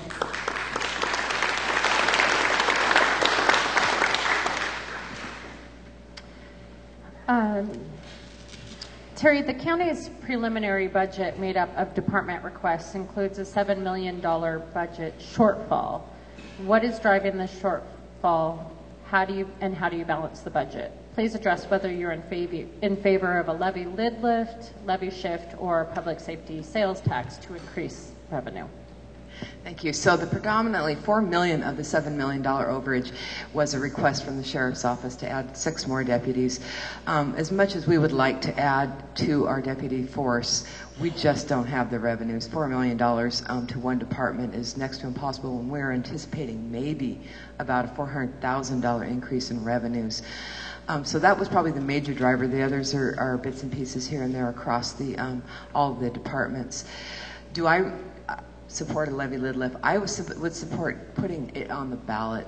I think that the past Mason County Commission has hesitated to put the question to the voters about do they want more taxes or not. I believe that I can stand here and guess what you all want to do, but I'd like to take some questions out to you and let you tell me back. The City of Shelton voters voted to raise their taxes for public safety and for a Metropolitan Park District. And they were asked to do that, and they did that. They stepped up. I'm not saying that I support higher taxes. I just think that you deserve the right to answer that question. So I'd be in favor of putting that question to the ballot. Thank you. The county has a role in economic development. What specifically do you intend to do to encourage growth? So I'm so excited that our Economic Development Council is working on a strategic plan. I've asked that strategic plan can inform our comprehensive plan. If you don't know, our land use comprehensive plan has an economic development element in it. And in it, that element needs to be the economic plan for the county. I believe that counties government doesn't create jobs. We create the stage for job development and job growth. And the most important way we do that is through our zoning. Is there enough land zoned in the right places for commercial and industrial development? Is it served by the infrastructure? We're the ones that put in the infrastructure. And is our permitting processes encouraging and welcoming? I think that Mason County has to step up and think about our permitting processes as being a collaborative process as opposed to a regulators only. And as a matter of fact, we are going to be, in the next few months, going to be working through a process improvement process in our building department to look at how we're doing our processes for permitting and to see if there's improvements. And I think that there's an opportunity there to become more customer driven as well as more efficient in our processes. Thank you. This is a question from the audience. Under what conditions would you support increased funding for public transit? Again, it's a vote of the people. It's a vote of the people. As a county commissioner, we have competing priorities, and that is my job, is to take all those competing priorities and try to balance them and spread that peanut butter a little bit further. But there are the you as voters, I think, also should be able to have a voice in some of those priorities. There's going to be some requests for more public safety funding, potentially through a tax, transit for a tax, perhaps. I think that taking those questions to you, the voters, is probably the best way for us to determine what are your priorities. I spend a lot of time talking to you folks about what your priorities are, and for as many people, 61,000 people, there's about 61,000 priorities, frankly. I think we can all get around a few of them, but I think that we need to do a better job of asking the voters directly through the ballot. Okay. This is another question from the audience. How can the county justify authorizing incremental pay increases to the sheriff's administrative staff, not including the deputy's contract settlement, of approximately 11% per year when county employees not employed by the sheriff's department are only receiving up to 1.7%? Is there a policy or contract available explaining these pay raises? So when I first came into office, one of the hardest issues for our sheriff's department was that the command staff salaries were almost exactly the same as the line staff, which made it next to impossible to promote from within and to have some of our best and our brightest in the line staff promote up to command staff. So they'd asked us to authorize a command staff salary structure that separates out from the line staff a 7%. And so we went ahead and proved that. I truly believe that you have to think about retention and succession planning in all forums, and we needed to make sure we were doing that in our public safety as well as all the other offices. The sheriff's deputies needed their contract was expired, and we worked very, very hard to negotiate a contract, and ended up being that contract ended up being settled through arbitration. Sheriffs have binding arbitration by state law, and as a result, the increases to the line staff salaries were not what we would want to negotiate. It was settled by an arbitrator, and so that was predetermined for us as a county. And because we had this command staff salary alignment done, it resulted in some pretty substantial increases to the sheriff's command staff. We have some we have consistently and constantly in 11 labor contracts tried to negotiate the same types of terms for all the different labor bargaining units, and always extended those same benefits to the non-represented staff. And so those efforts have been to create parity across the county, but when you have a binding arbitration group, they're always going to get whatever happens outside of our own negotiation opportunities. Okay, thank you. And with that, we moved along to your closing statement. Again, thank you for being here. I have worked very hard over these last 2 years, and a Mason County Commissioner needs to work hard. We do not hire administrative assistants, so you need a county commissioner who's not afraid to get down to the details in not only administrative issues as well as the broader policy issues, and I do that. I work very hard. I'm also a problem solver. I negotiate outcomes to get to yes, and I want to continue to try to negotiate some of the differences within externally and as well as externally within the county for you. If you re-elect me, I'm going to prioritize over the next 4 years something that's very near to my heart. I want to grow our restorative justice opportunities. We have a very successful drug court.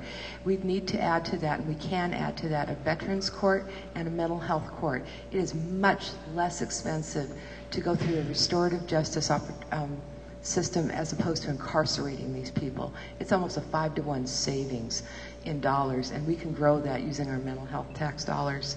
I want to begin a county strategic planning process. We spent the last 2 years laying the groundwork for that.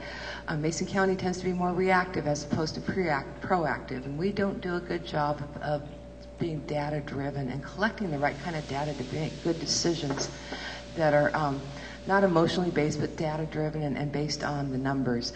And we've created that groundwork, and I think it's in the next year we'll be ready to start a good strategic planning process. We need to, again, systematically look at improving our process, some of our processes within the county. I want to help provide the resources to our other elected officials so that they can train and do some process improvement reviews.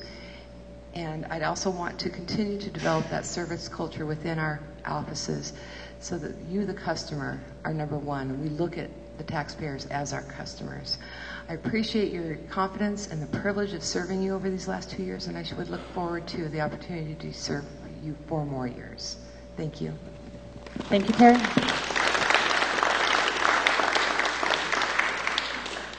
Last but not least, candidates for Mason County PUD 3 Commissioner, Tom Farmer and John Komen. Please make your way up.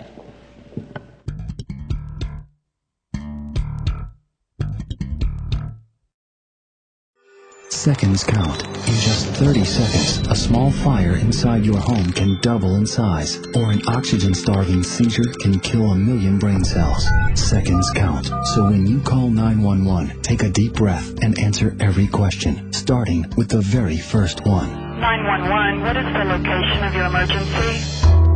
911 needs your exact location. 911 needs to know where to go.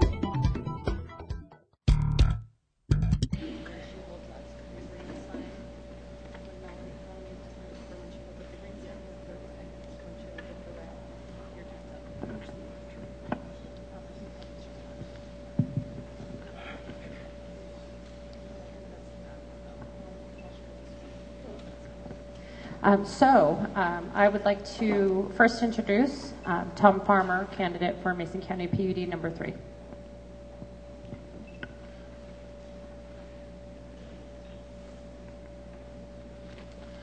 Thank you, Heidi. I sure appreciate it. I'm Tom Farmer. I've been your PUD 3 commissioner for about 6 years.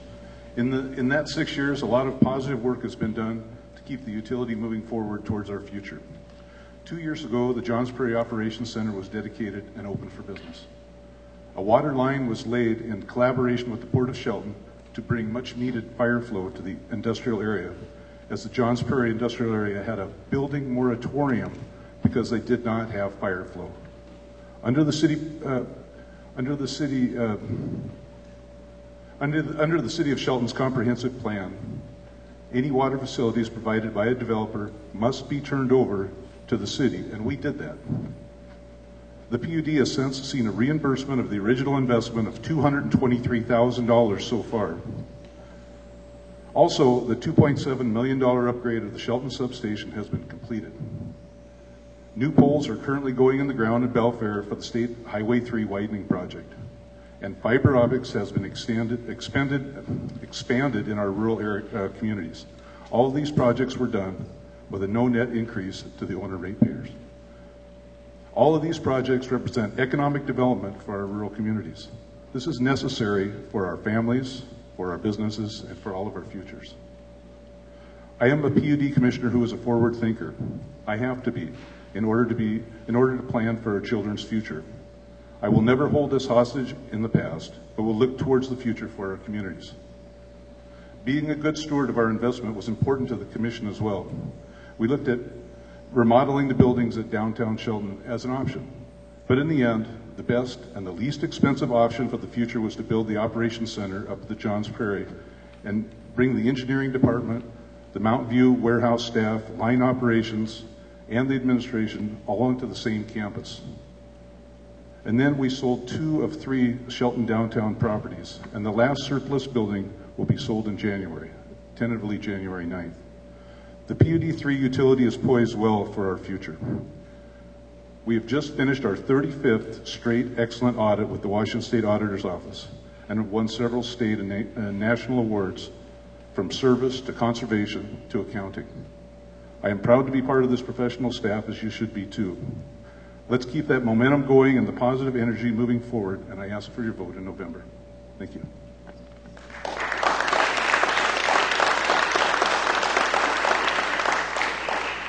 Thank you, Tom. On my left, John Komen, candidate for Mason County PUD number 3 Commissioner. The reason I asked whether you could hear me is this: as far as I'm listening out there to these microphones. They don't sound very good. And so if I speak up in the microphone, maybe we can be more legible. My name is John Coleman. I'd like to first, before I get started, I'd like to introduce my wife back here, seated in the rear. She's waving her hand. We've been married for 58 years, and I like to tell audiences, like this, that each one of those 58 years she's made me look good, and I thank her for that. This is the first time for me to run for public office.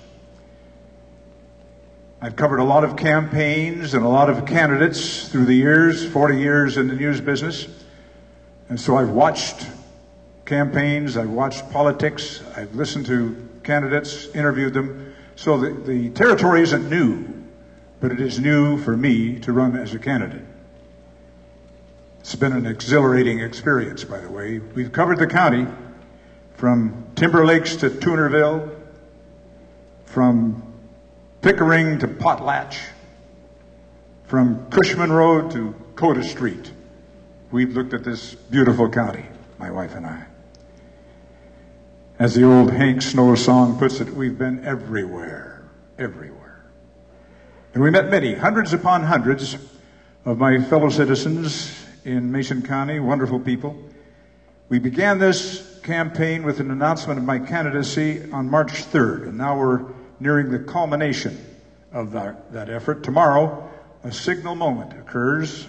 The ballots drop in the mail. Voters will get them Thursday, Friday, Saturday in their mailboxes.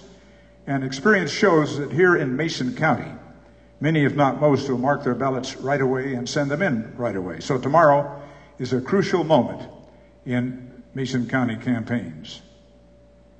What resonates with the voters as we went throughout this wonderful county? First, we found disenchantment, believe it or not, with the U.S. Congress. We're a PUD3 candidate, but they wanted to complain about Congress. Second, there was a general antipathy toward incumbents at all levels. Didn't surprise me. Third, there was a puzzlement over why so many local candidates were unopposed. But most important to the race I'm in for Commissioner of PUD3, generally I found a real gap exists in their knowledge. Questions I was asked: what is a PUD? What is a PUD commissioner and what does he do? So we explain about their publicly owned electric utility that delivers electricity to them. And we explain the importance of the three commissioners who oversee them. But one single thing seemed to resonate with the people we talked to. Thank you. That building on the prairie. I'll finish. No, your time is up. We have some other questions. If you'd like to finish addressing in the closing statements, you're welcome to. Okay. So, John, this question goes to you first. The PUD's 2013 annual report discusses the fiber optic network and build out of the PUD's infrastructure to bring high-speed broadband service to the community. Is this an efficient investment of ratepayers' dollars, given that private companies such as Hood Canal Communications also do this work? Fiber optics at PUD3 has been used as a kind of a loss leader for a long time. They promised fiber optics to people, and they are not delivering on it. Many times we were asked on the campaign trail as we talked to people, well, they brought fiber optics up to the end of the road and we can't get it from there, and we want it. I think the fiber optics problem needs to be carefully assessed and to see whether private business can better do the job, or whether PUD3 has been losing money on what it provides for fiber optics. Thank you. Tom? Well, the fiber optic network that PUD3 has is an outstanding tool that we use every single day. The SCADA network that we use to monitor our substations is an outstanding tool that pays for the value of the fiber optic as it is now. If there's power fluctuations or outages, we know remotely at our outage center at the Johns Prairie facility, and it's one of the best things that we have done in many a long year. This network allows us to go forward with a lot of other things as well, because we have excess capacity. This excess capacity has been used to bring fiber optic networks to all our schools, the hospital here in Shelton, and a lot of other areas. We have 422 miles of fiber optics. This is a very important economic driver for our community. So when the Hood Canal School was just hooked up here this past 6 months, that was the last school in the county that had not had the opportunity to go to fiber optics.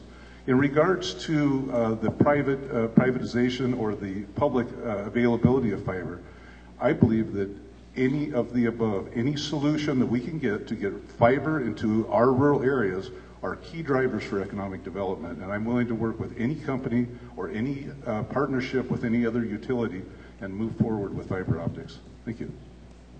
Very good. Thank you. John, did you want to respond to anything that he said?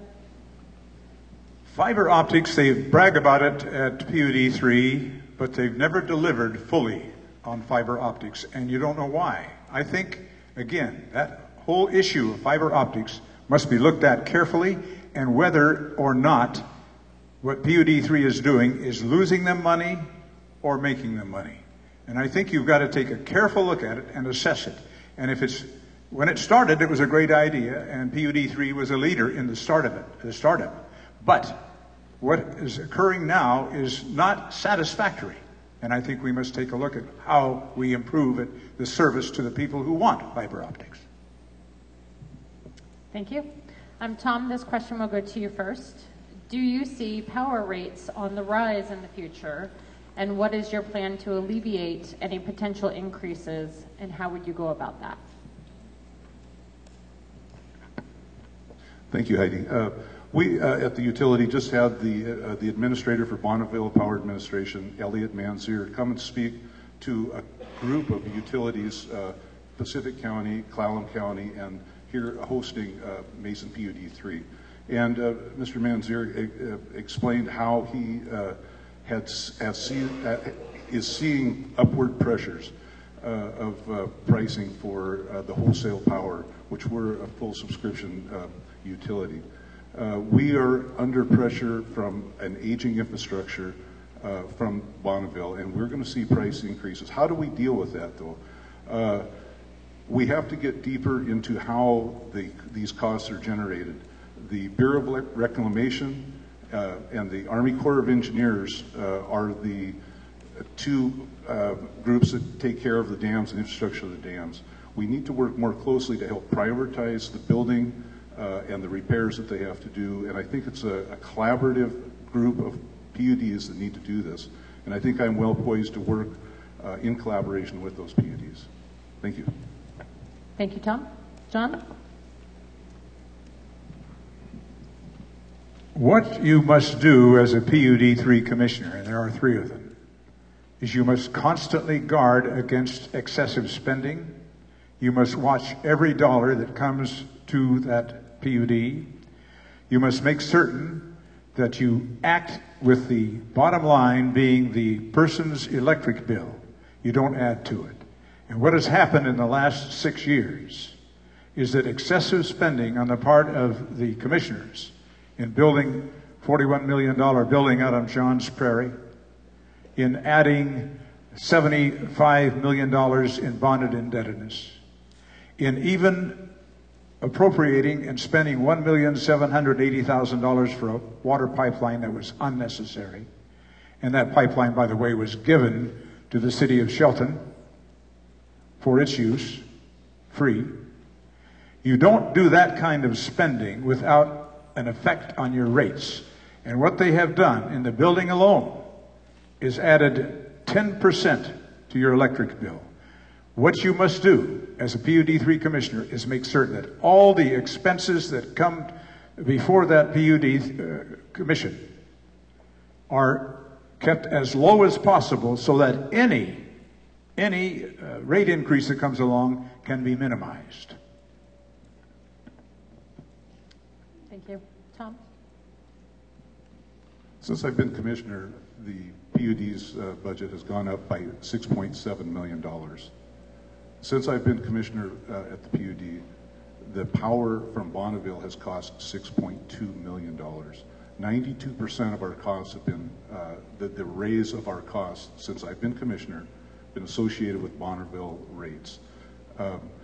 We need to work closely, collaboratively with other PUDs to work on what those cost drivers are. Within the utility, we manage our costs very well. We look to the future, we look to the present.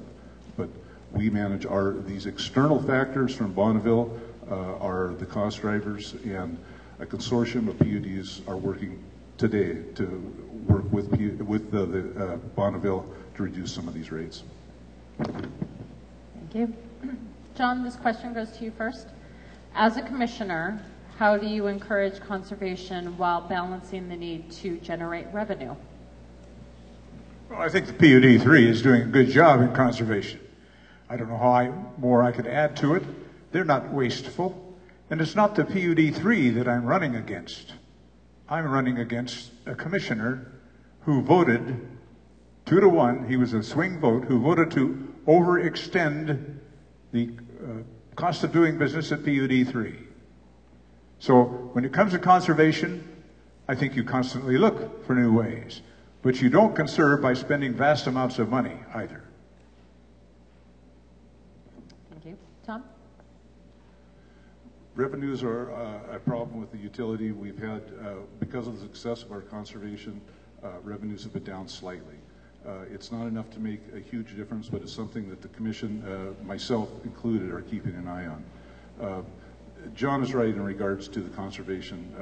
The kilowatt hours saved by conservation are far cheaper than new generation. New generation, tier 2 power that's coming our way is vastly more expensive. And so we need to continue to move forward with our conservation programs. And we move forward with a lot of good initiatives that involve partnerships. Thank you. Thank you. John, did you want to respond to that? No. Okay. Tom, this question goes to you first. How do you differ from your opponent? That's a good question, Heidi. I have the experience of almost 6 years as a commissioner. John, as I've mentioned, he's never been an elected official, and I have a connection to the community that is much more deep and real, and I'll tell you why. When I have an oyster business, I have a retail component to that business.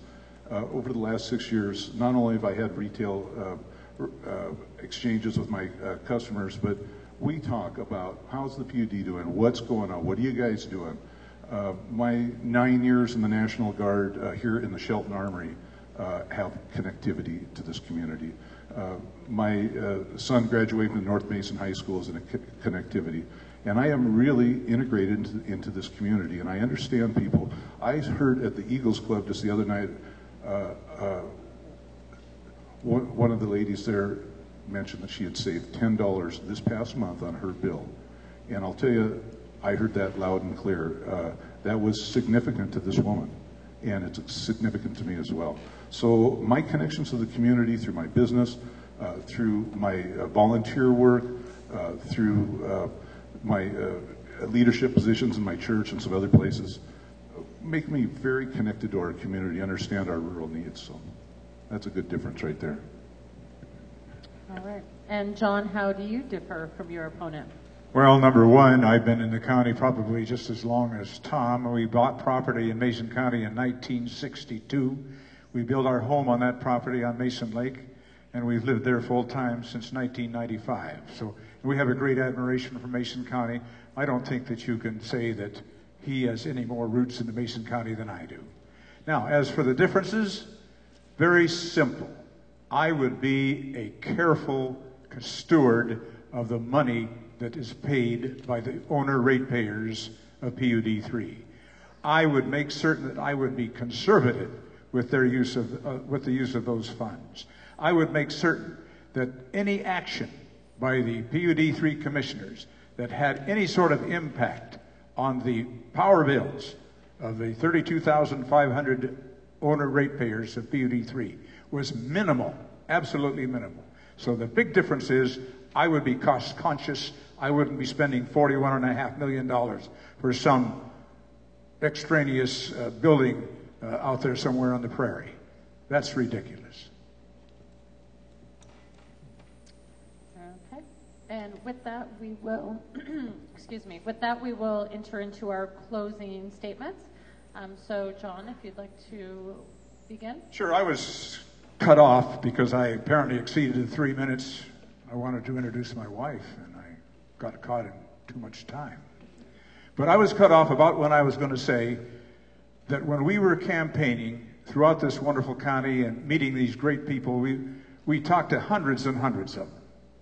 And the thing that resonated the most with those people was the building on the prairie. Why did they build that? And the shock at the cost. Why did it cost so much? So when it comes down to serving the 32,500 owner ratepayers, cost, especially in this county where people are struggling to make ends meet, you do not spend money foolishly. So I would make certain that the financial situation would be carefully monitored right from the get-go. I want to thank you for being here. You've been a patient audience. The hour is getting late. I want to thank Mason Web TV and the Chamber of Commerce for sponsoring us. And I want to ask you once again to think when you vote, and you're getting your ballots in the mail the next 3 days, think when you vote, who would be more careful with your dollars? Who would be more careful with the expenditures at PUD 3? Who would be more responsible? I would be a responsible steward of PUD 3. Thank you, ladies and gentlemen. Thank you. And with that, Tom, your closing statement. Thank you all for sitting through this forum and listening to all the statements from all the candidates. We can only ask that you make educated decisions for the future. As your PUD 3 commissioner, I am confident in our state auditor's reports of the PUD. I am confident that our balance sheet and our assets and liabilities are balanced appropriately.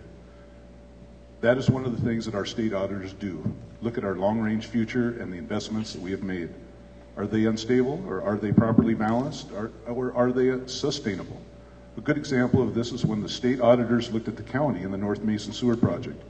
There were financial issues that were pointed out in their report pertaining to financial sustainability. In contrast, the PUD audit came back excellent this year and has come back excellent, in fact, for 35 years. Your commission and the professional staff of the PUD were thoughtful and careful with your investment. I feel confident about the decisions that were made. I feel confident in the professional education of the Washington State Auditor's Office. Mr. Coleman will sit here and try to sell a story with numbers that are confusing. He has given a set of numbers in one forum and then another set of numbers in another forum. This is our fourth forum now, and these numbers are different too. We aren't selling a news story here. This is real life. I'm not going to address everything Mr. Coleman has brought up because most of it's to sell a story, of which it has no future. I'm about economic development, and I've shown that to be my platform for the last 6 years. I not only talk the talk, I've walked it also. I am a commissioner that looks towards the future. Additionally, this Johns Prairie project, which is almost 2.5 years old, the debt service for that is 7% of the budget, including all the other debt that was here long before I was a commissioner. 7% of the budget is a real number that is sustainable, is part of what utilities do. We cannot deliver an electron until everything is in place. Substations, wires, administration buildings, everything. And so we have a manageable debt. We have a future leading PUD. Thank you.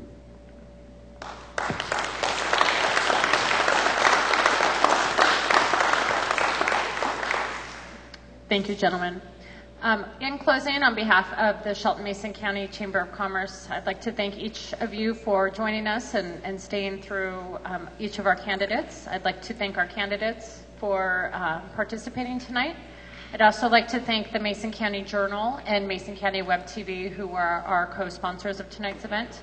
As was mentioned earlier, ballots are being mailed out tomorrow, so don't forget to send them in by Tuesday, November 4th. You can mail it, or you can take it to a number of locations throughout Mason County, including there's a drive-through ballot box at Timberland Regional Library in Shelton, or you can take it to the Mason County Courthouse. With that said, I wish you all a good evening and a safe drive home. Thank you.